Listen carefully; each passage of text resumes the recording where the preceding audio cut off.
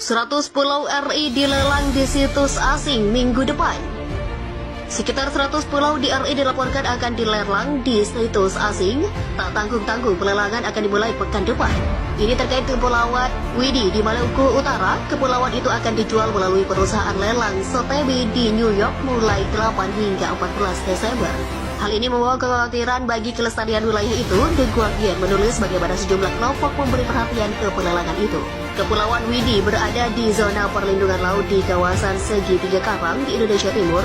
Kawasan seluas 10.000 hektar memiliki beberapa landscape, termasuk terumbu karang, hutan bakau, dan sekitar 150 km tepi sungai.